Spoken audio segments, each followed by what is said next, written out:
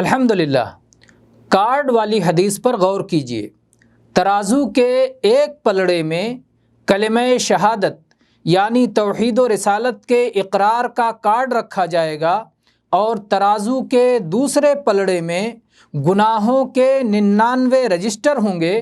ہر register حد نگاہ تک ہوگا، کارڈ وزنی ہو جائے گا، سارے رجسٹر ہلکے پڑ جائیں گے اور صاحب کلمہ عذاب سے بچ جائے گا۔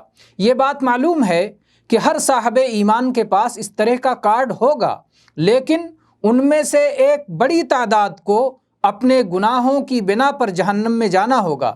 آخر وہ راز کیا ہے جس کی بنا پر اس آدمی کا کارڈ اس قدر وزنی ہو گیا کہ گناہوں کے 99 بڑے بڑے دفتر اس کے مقابلے میں ہلکے پڑ گئے، اور دوسرے کارڈ والوں کو یہ مقام حاصل نہ ہو سکا؟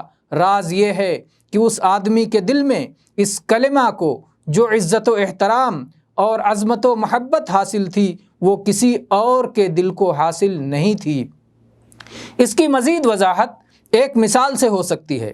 آپ کو دو لوگ یاد کریں، ایک وہ ہے جس کا دل آپ کی محبت سے لبریز ہے، دوسرا وہ ہے جو آپ کو بھولا ہوا، غافل، دوسروں کی جانب متوجہ، اس کے دلی جذبات دوسروں کی طرف اور اس کے یہاں دوسروں کو ترجیح حاصل ہے۔